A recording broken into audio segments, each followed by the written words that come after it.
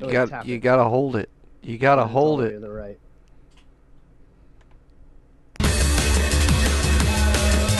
There needs to be a word for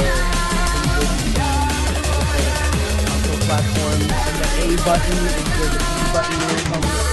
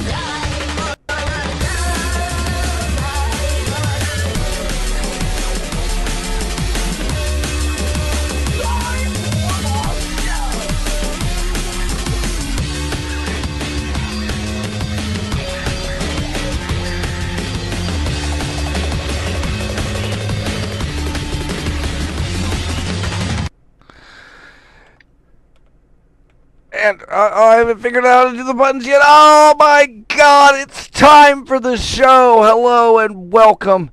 Welcome back once again, my poor friends. I'm Dr. Fox, broadcasting to you.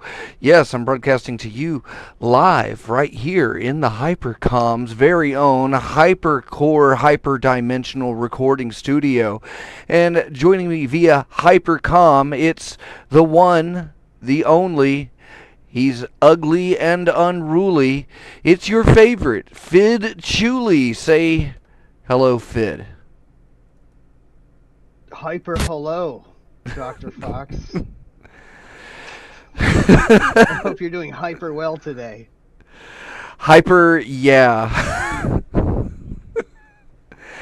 This is my favorite part of the show.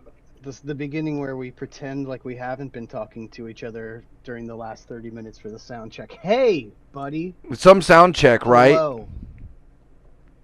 We always do. And you started the show right as I was going to be switching my mic, but you know, we don't test in production here. So I think I'm just going to stick with what I have. No, what's the fun in that? Yes. What's it's flying by the seat of your pants, you know. And boy, do I have some wings on me. And it looks like everything's working. We've got the brand new. We might as well go into my favorite part of the show. That's not even the right sound effect. I don't remember how to do this anymore. But yeah, Cube News. Let's see, what does this one do?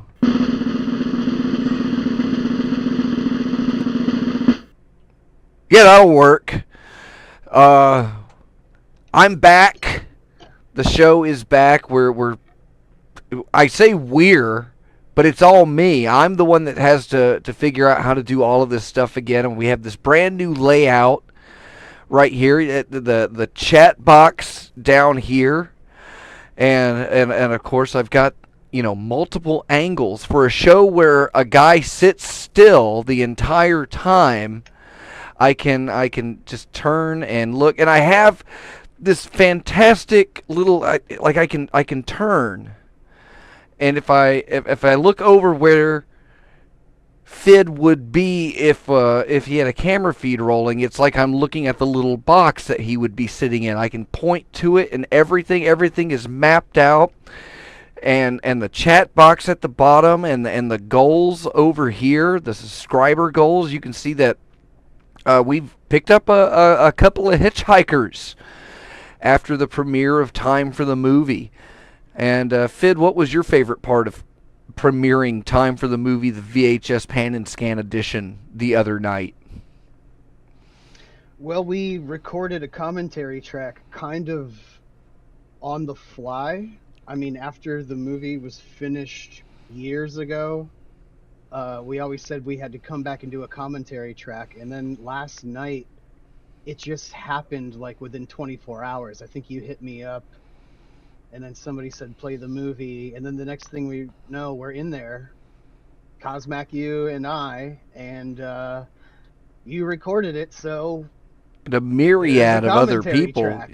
It just dropped in our laps. That thing that we've been putting off for so many years just fell right in our laps. It's So it's there you go. That was my favorite part. the commentary track that I don't think that I'll ever be able to use, because as I go back through it, and there's we weren't in the time for the show cordoned off staging area for where people can come and watch on Discord, but they can't talk. Where this was, anybody could talk, and we were just talking hot shit throughout the movie and dropping these little bits of trivia here and there. But then some people came in and their microphones didn't work, and it. I guess it would be the best suited commentary track for time for the movie, because it was just a bunch of knuckleheads watching the movie. And so, yeah, you know what, Fidd? I think that is the one that we're going to have to use, especially when we started talking about people that weren't there, and then they show up after the movie. Yeah, I mean, that's my argument. That should definitely, it's very appropriate for the commentary for the time for the show movie, because first of all, you can't replicate that. You can't fake just a chaotic Discord session of people jumping in and out and their microphones not working. I mean, I guess you could, but it'd be a lot harder than just Letting it happen. Yeah. Yeah, you could technically script that and block it out and everything, but And by the way, yeah, the only people that listen to commentaries of movie are the diehard fans for any movie we're talking about. So, it's going to be those people, so they get it, so it's fine. Just like that scene in Showgirls, it's fine. Our movie is a lot like Showgirls, especially with the frontal nudity.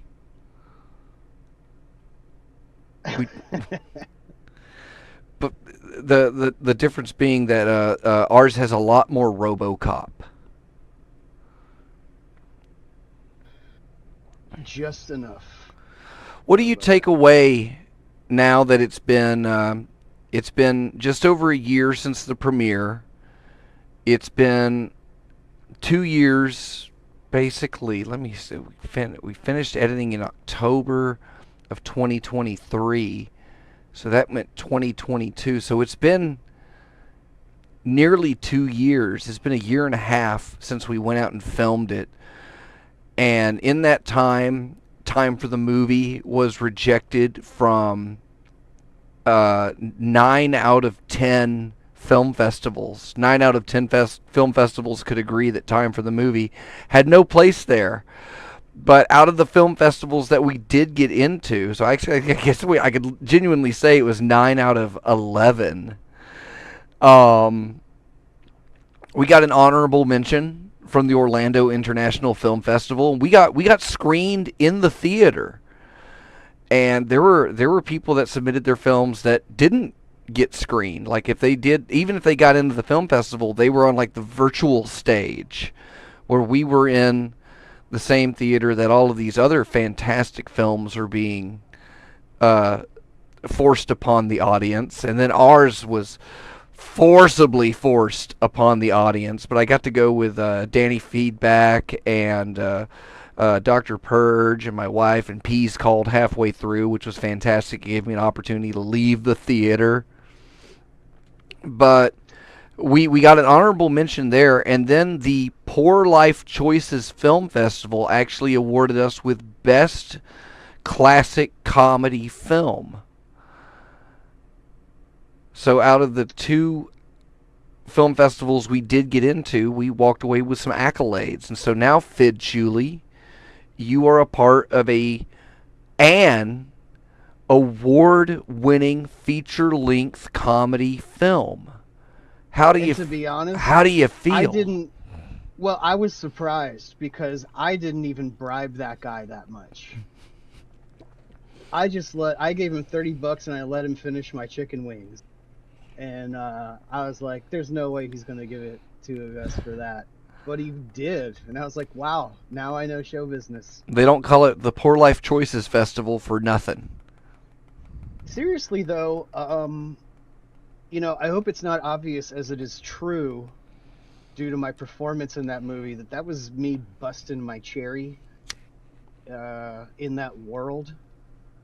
And my takeaways, it made me want to do it again because I walked away from it feeling like I learned a lot, and I feel like and a lot of people always feel this way where it's like, oh, if I could do it again, I could do it so much better, or something like that. Anytime you finish something and you do that final render and you shit it out, and then you watch back, you see stuff that nobody else sees. It's just you, that you go, oh man, if we could have done that this way or done that this way. But so coming away with it with a strong feeling of that is, to me, it's kind of indicative of having picked up a few things. And when you pick up a few things, it makes you want to do it again. What was the hardest? What was the hardest part of making a movie like that, or just making a movie in general? What was the hardest part for you? Probably the same thing that if you ask the Apollo astronauts what the hardest part of going to the moon would be peeing in the vacuum, being stuffed in a tin can with two other dudes for for an extended period of time, talking to a robot. Our movie is basically a low-budget version of Interstellar, or 2001: A Space Odyssey. Yeah, where the robot. Spoiler alert! Does try to kill us, or it thinks about killing us. Well, it gets hijacked by Glorthop or whoever. What was it? Grodnar. Yeah, that guy. Grodnar and the evil alien overlord from Hypercube lore past. No, on the hardest part, and it's the complications that arise on the way that you can't predict. Like driving your electronic shopping cart into the van. Like when the producer parks the van a mile away from the Walmart in the parking lot, and then so you decide to hijack one of the mobility scooters to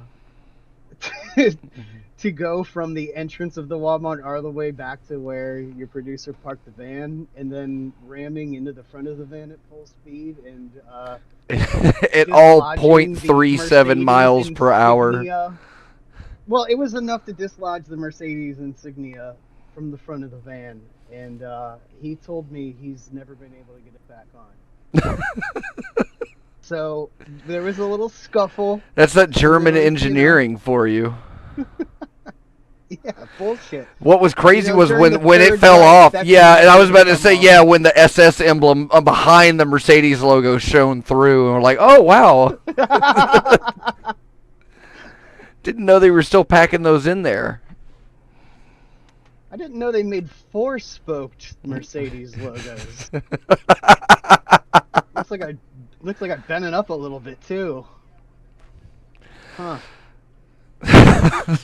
Yeah, that's that was, the complications, the things that you just can't foresee, I think are always going to be the hardest parts, because you've already thought about everything else. You thought about everything that you can't think of. That's why you don't think. Yeah. That's why. Well, it's like when we have the scene where you're supposed to walk into the ocean. And like I was prepared to like snorkel out and like grab your legs and like pull you under the water, or we were gonna attach weights to you, but the beach that we found, it was shallow water for the first half a mile. And so I had to go probably about 70 yards out before I was knee deep. It's the most disappointing beach ever. Kept walking and walking, but in a way that kind of gave us the distance. But and at the same time, and I'm gonna pull up the movie here while we talk about it. Let me see here. Let me go ahead and just mute it and find that scene. Yeah, here we go. And so there's Cosmac being frightened by the falling prop that he totally knew was going to fall behind him and still got scared. Okay, there's you coming out of the beach. I guess it's after you hang up the phone. Yeah, here we go.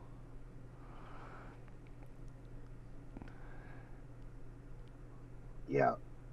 And we you just showed up here, and it looks good. It's like, okay. It looked like it was going to make for a good shot.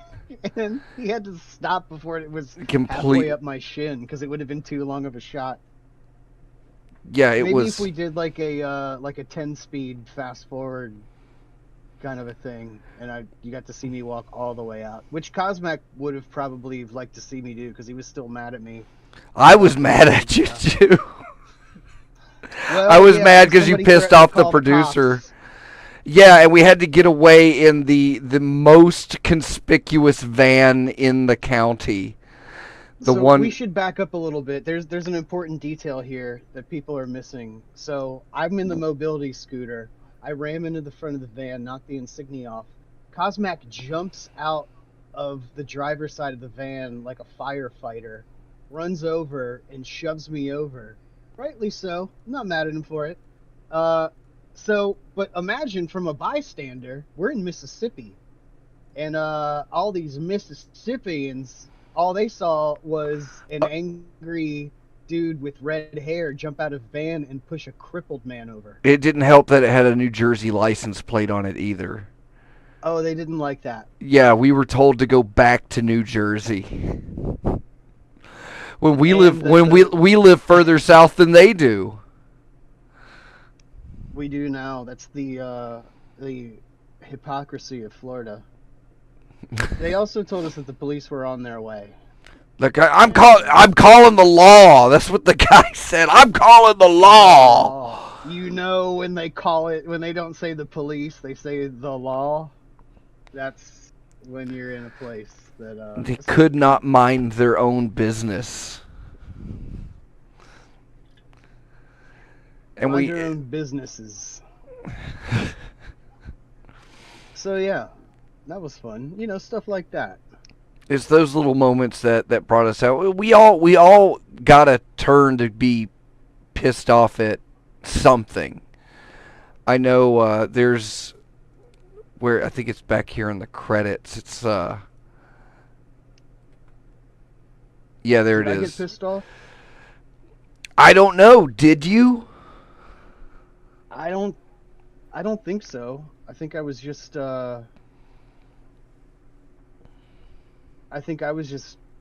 pissing everybody else off. Which is well, we tried to I tried to write the script close to character for you, just close to natural for you. So really all you had to do was show up. And you kept that you kept that animosity going because story-wise we're supposed to be like pissed off at each other, and you know, only 5 minutes later we're sitting in a van and we're chuckling at fart jokes. It's less than 3 feet away from each other. This shot of me in the rape bear, pedo bear onesie pajamas that Susie the Floozy gave me. That was the night. That was my night to get pissed off, and I don't even remember what I was pissed off about. I think it was just because, like, the reality of the production was setting in, and I had to remind myself to be grateful. And you and Cosmac went out to dinner, and I said, "Fuck it, I'm staying here." And I put on my rape bear pajamas, and ordered a local hamburger, and had it delivered to me while you guys went to dinner. Yeah, when we had our gay little dinner, that's when I apologized to him, and then we were good. I was in New Mexico, and then actually, now that I think about it, I did get pissed off almost every day of production because I'm not a morning person. You know, you wouldn't call I me. would barely Nobody call that you a knows me would waking call up me. person. Yeah, I need to get about till like 8 p.m. before I'm, in full gear. But Cosmac is he's a trooper. He gets his inflatable mattress out, and then he sleeps like he's like he's just ready for anything to happen. One eye open, Like basically on his back with his one hand arms holding a folded. knife, one hand holding a gun. Yeah, Yeah. yeah. So when he pops his eyes open in the morning, he is at full speed from the go, which is a good quality. I'm not knocking him for that, Especially for but a guy producing a movie, yeah, it's a really good quality. yeah, for a guy producing a movie with me, you, and peas, we need one of those. So, but yeah, then there was plenty of times where I guess I wasn't angry, but he'd wake me up, and I'm like, and I'd finally stand up, and he'd be like, "Hey, Fidd, how you feeling?" And I'd just look at him and grunt, and then just like walk outside and smoke, like, we'd walk outside and smoke a cigarette. So yeah, I mean, I guess that was my most angriest. Was like, How why you did you doing, wake me buddy? up? It's only 1:45 p.m. Come on, bro. I will try to do a screen share for you. I guess I can minimize this window here in the hypercom, and I will. Let me see here. So this is. I've got 3 different media players running, but I have fidshitvan.m4v here. So this is. Hopefully you'll be able to hear it. I'm sharing it now. Let's go ahead and show the kids at home Fid Shit Pants. Or this is the Fid Shit Van. How you doing, buddy? Well, I just shit my pants.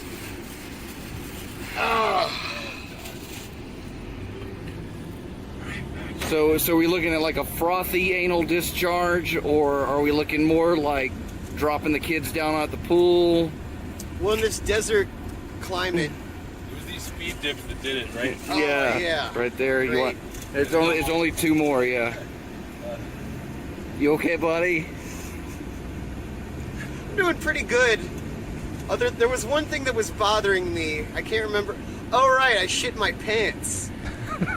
Well, if you were gonna That just made me dunk my balls in. He keeps hitting the bumps. So Now I shit my balls. I'm really sorry. Jesus.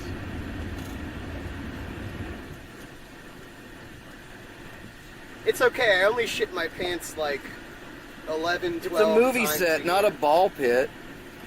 I told you I didn't want to do my own stunts. Shitting is a stunt.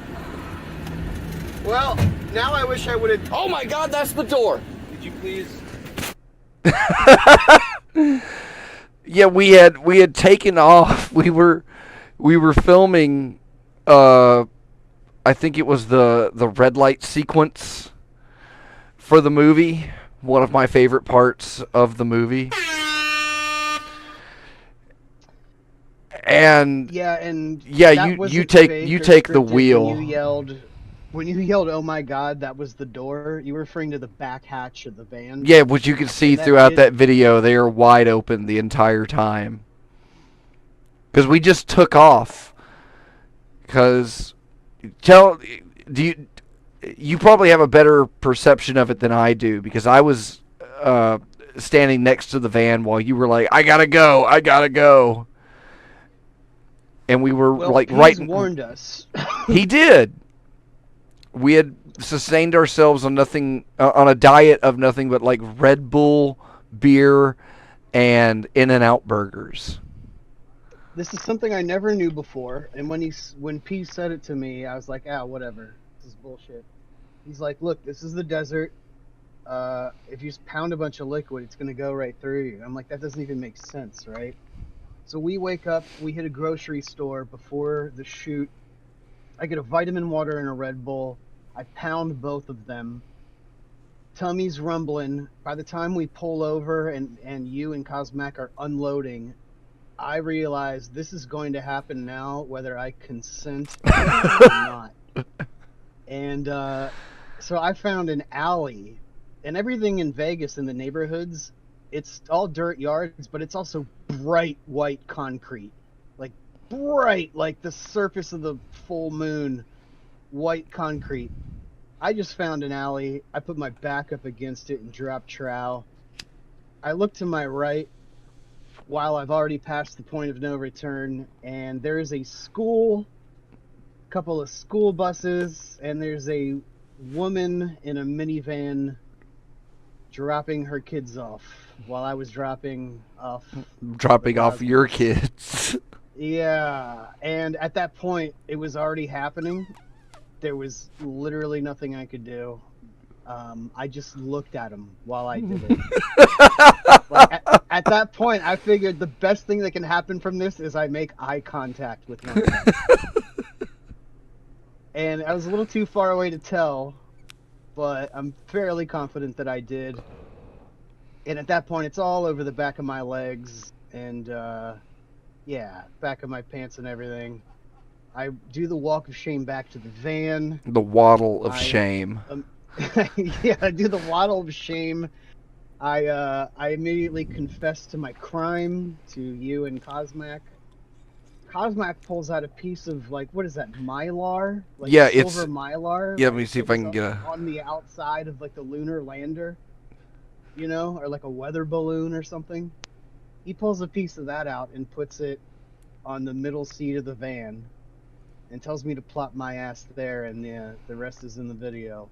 Plenty of bumps, and then the back hatch opens with all of our shit in it. And your shit. No, not all of my shit was in the back of the van. All right, there we go, right here. Most of it was in my pants, to be fair. So that was safe. It was the only silver lining. The only silver lining was the Mylar blanket. The brown lining, yeah, the Mylar. I think he had that for lighting or something, that just like reflective surface that he would put on stuff. I'm guessing that's why he had it. I don't know. Which leads us to the best part of the movie, which is Fidd shitpants.move. Yeah, just come on right up here. Give him a big hug, please.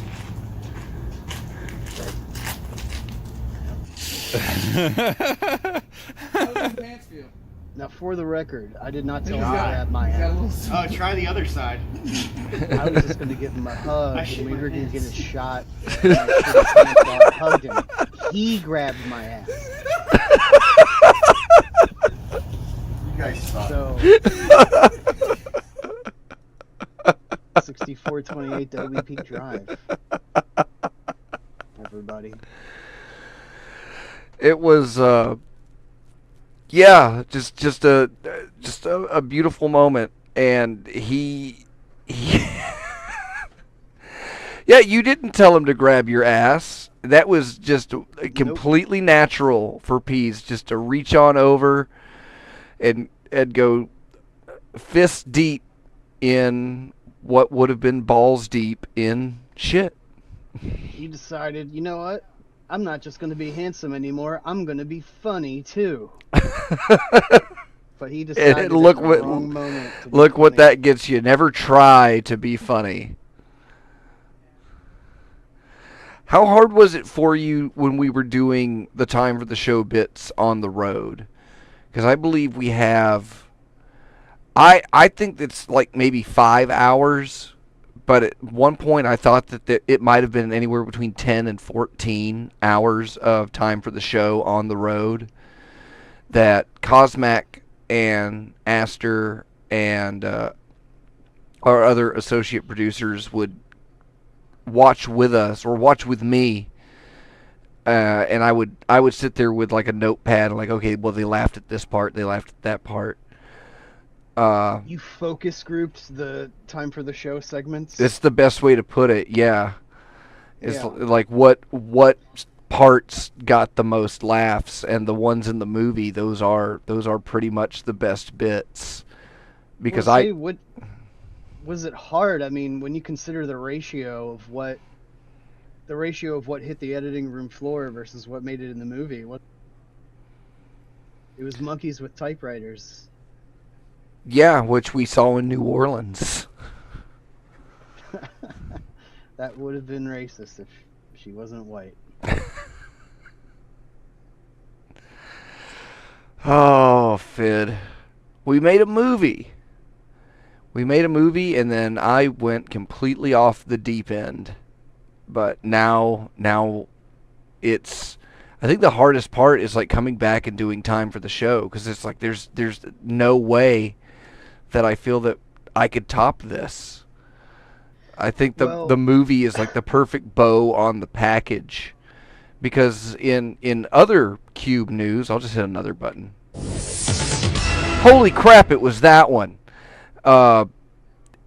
Like almost every episode of Time for the Show is available on YouTube. And I've set up its own account, so I won't continue to get community guideline violations on the primary channel here. But you can go to @TimeForTheShow podcast, which is, it is Time for the Show is America's favorite pod crust. But for algorithm teasing, for dangling participle teasing,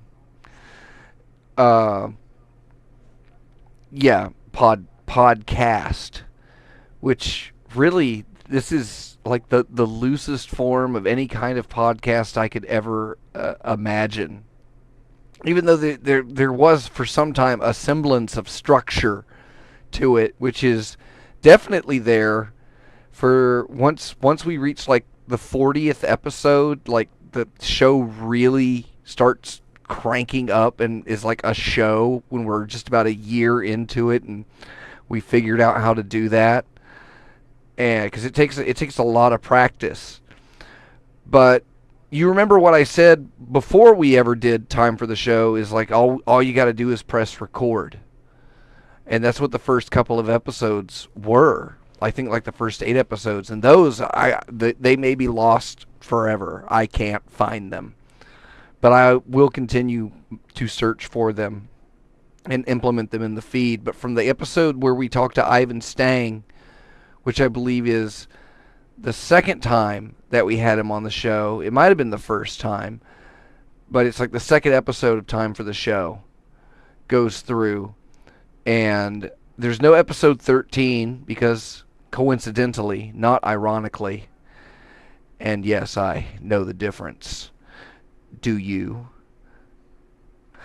It's I didn't hit record. So it was gone from that night. Moving forward, there was, but yeah, there's over 200 episodes that are finally in one place. Because just even here on Hypercube Go, it's like only 30 or 40 of the old episodes before we transitioned to YouTube. Which, if you're watching on YouTube, I see down in our interactive, which way do I point? In the interactive fun corner down here, we have 4 people watching. So if you're watching and you haven't subscribed, please hit the subscribe button now. Nobody hit it. But There's a delay for cuss words. there's a delay for everything. Because this show is nothing but a cuss. 700-day delay in case one of us says the 8. You're gonna have to wait. Just in case. Which we might as well move on to my favorite part of the show. I hit the wrong one, right? Did I? Is that the right one? I forget. How does that joke go? You can't hear him anyway? Into me. No. Consider yourself lucky. because I'm pretty sure I've been hitting the wrong ones the entire time anyway. I don't remember any of the hotkeys, and at the same time, I'm getting used to all of the shortcuts that I've just set up for this new system. Which, again, like I was going to be able to put you in the corner where you belong. Aster S says I already hit the button long ago. I do like the chat at the bottom though. That's nifty. Yeah, in the NES font.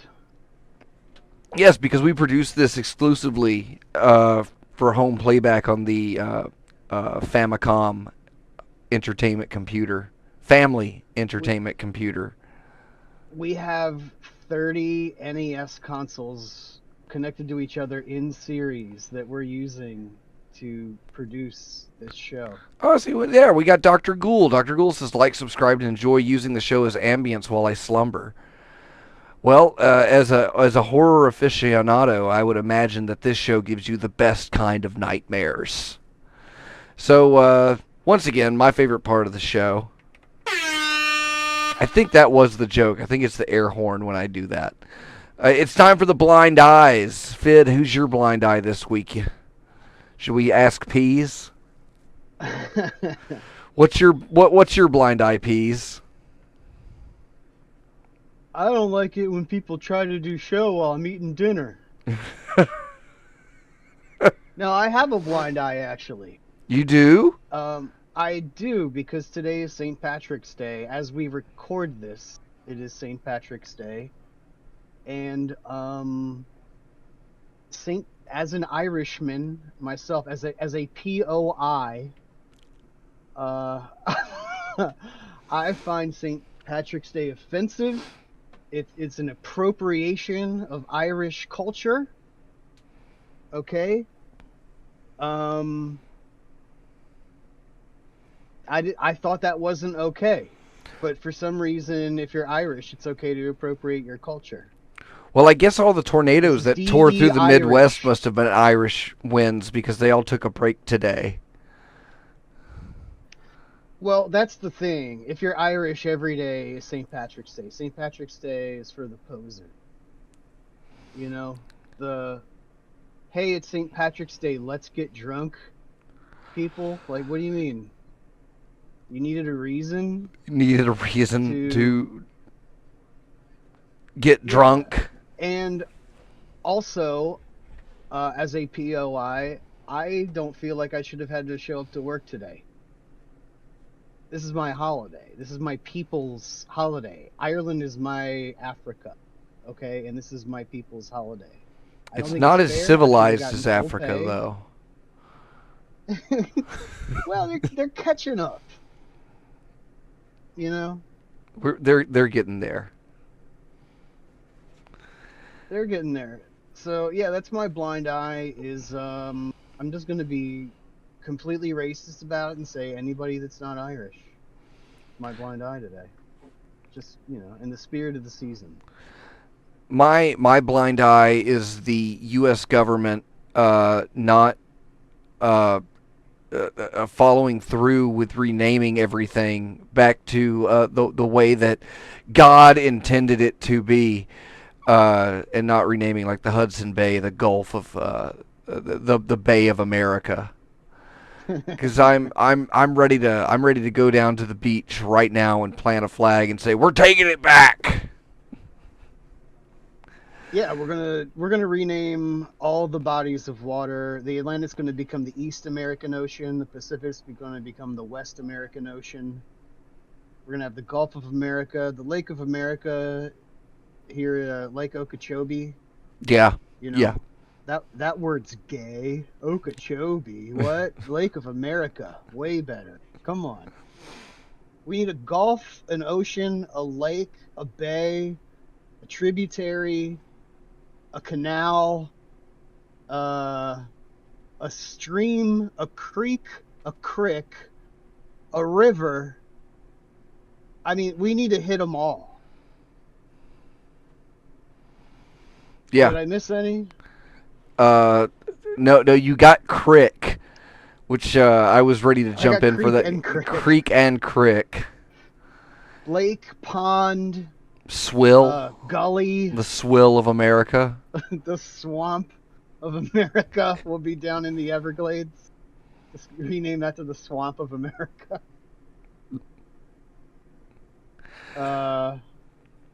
Actually, there is some swampland. True fact. There is some swampland in D.C. Yeah, I think we've noticed. Elon's vacuuming it up with his gas-powered shop vac. Yeah. Oh, yeah. the times that we live in. It's fantastic. I want to be on the Doge task force. I want to just go into just a big building just with an armful of red tape and scissors. This is going to be fantastic. Yeah, you'd think everybody. Not would me. do that. Not me. No, you wouldn't. That would involve thinking. No, And if you've seen Time for instead the of- movie, you can obviously tell that I don't think. But don't think is different from not thinking. It's don't thinking. It's Correct. the opposite of thinking. It's not the absence of thinking. It's the opposite of thinking. Yes, it's a process. Yeah. If thinking is the number 1, then the absence of thought would be the number 0. But the opposite of thought would be -1. Don't thinking is -1ing. It's an important distinction. I try to make that clear to people, here and there. I'm kind of an evangelist sometimes for the don't think philosophy. I think I That would- deserve a raise, Dr. Fox. That's what That I'm yeah, saying. you can be upgraded to Journeyman's level 2. You are now a level 2 Hypercubist Journeyman's. That means you get to use the bathroom during work hours. Only for number 1s, though. All number 2s must be in offense by the elementary school. I have to fill out a form that's going to take 3 days of approval to take a dump. Requisition for bowel avoidance. Dear, I have to write an email. Hello, Supreme Commander Fox. I hope this email finds you well. Thank you in advance for letting me take a dump at work. Please advise. Cordially, Fidd Chewley. Dear Fidd Chewley, in response to your last email, RE advance token of gratitude.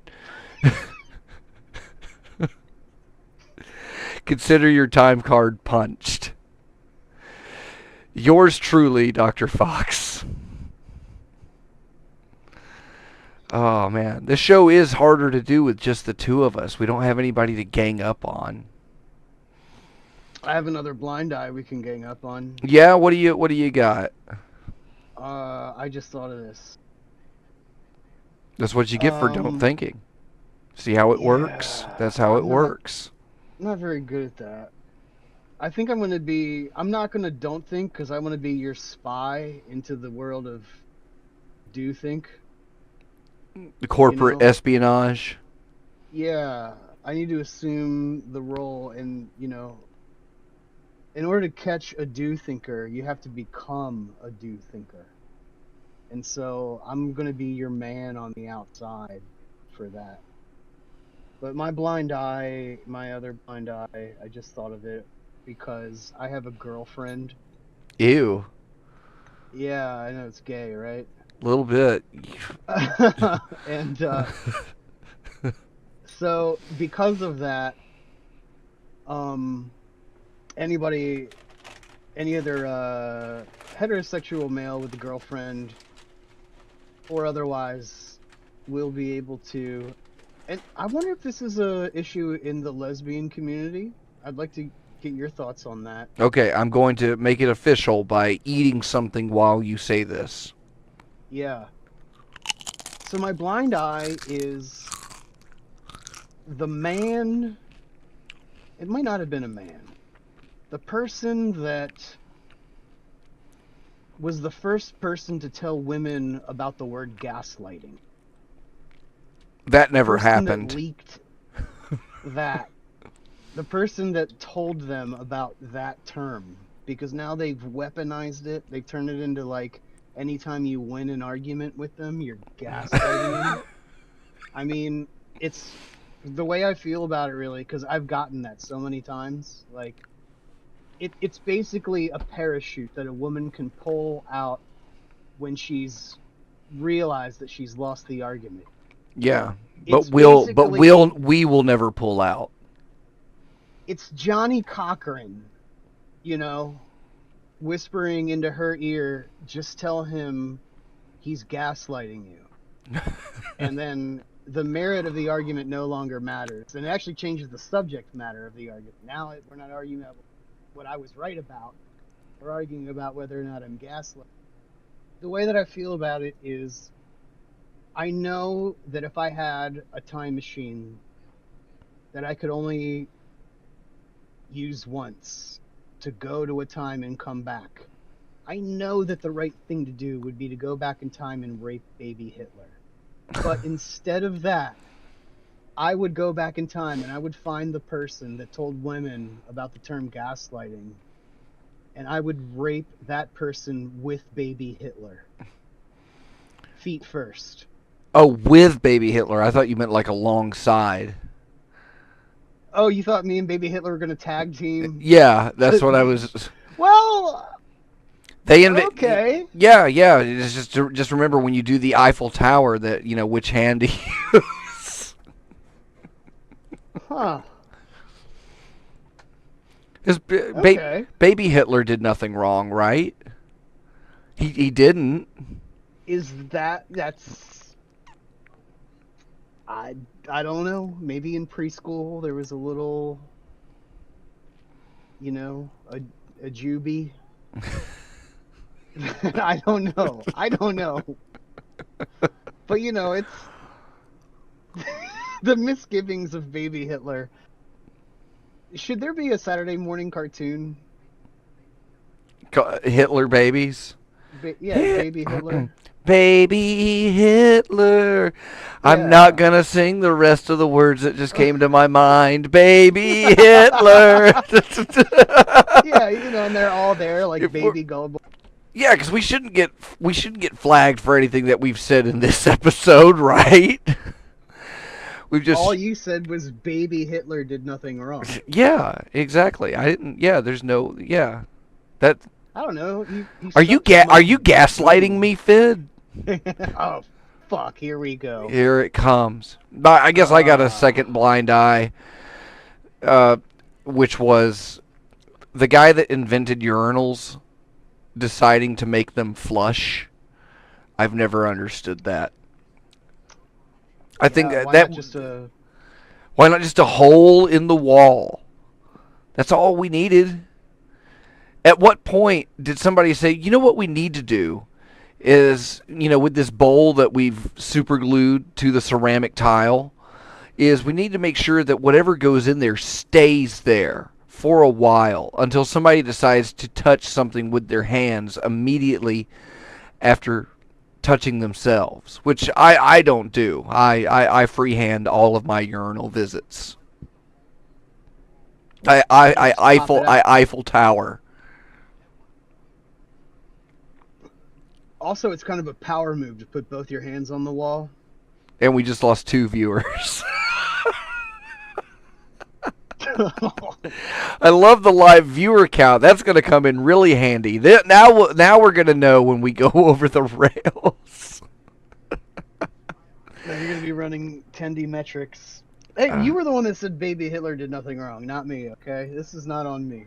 All right. I guess it comes down to my favorite part of the show, which is where we go to the proving grounds and we go through the headlines and see if there's anything funny that we can say about them right off the top of our heads. We might linger there for a while. This is the hard part. Fidd, you know, I'm going to tell you, for a long time we've talked about me going and doing stand-up again, which after doing Time for the Show again now reinforces my fear of ever trying to do that. But if anything is going to help me in that, it's writing jokes. And I've got to come up with something hot right off the presses. And I don't know, but you did give me carte blanche that I can record anything that you say in Hypercom, which also did anybody that signed up at hypercubego.com, thus making everything on that happens in Hypercom my property. So any jokes that you write here are mine forever. So let's get that tight five all buttered up. We'll go through a couple of headlines and then we will open up and do them shout-outs, yo. The first one I can't even pronounce. Nayib Bukele, El Salvador's leader, sees opportunity in Trump's deportations.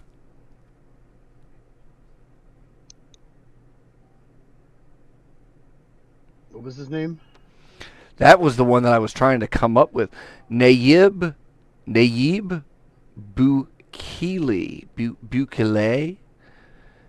Nayib space Bukele. Wait, that sounds a little bit too close to my actual slave name, last name. Oh, well, you should let him go.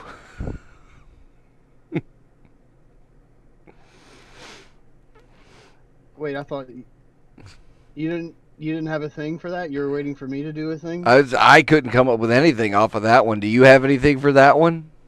Sees an opportunity in Trump's deportations? El Salvador's leader sees opportunity in Trump's deportations. Don't make me do a slavery joke right after the baby Hitler joke. Come on. You got to keep it flowing.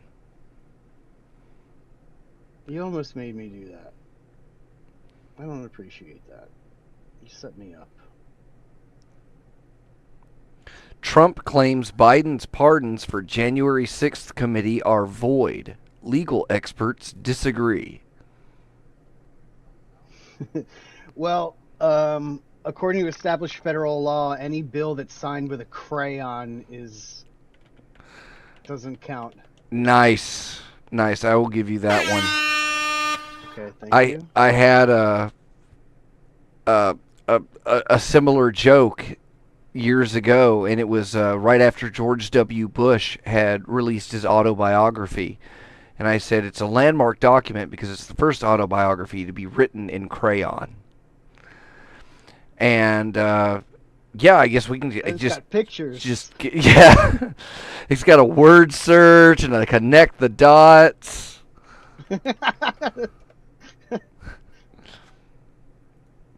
Well, you laughed at that. All right, so we've got some. I can bring that one back. You can insert any president into that one. All right, and then one more. Let's see what we got here. Pentagon deploys Navy destroyer for unusual U.S. border mission.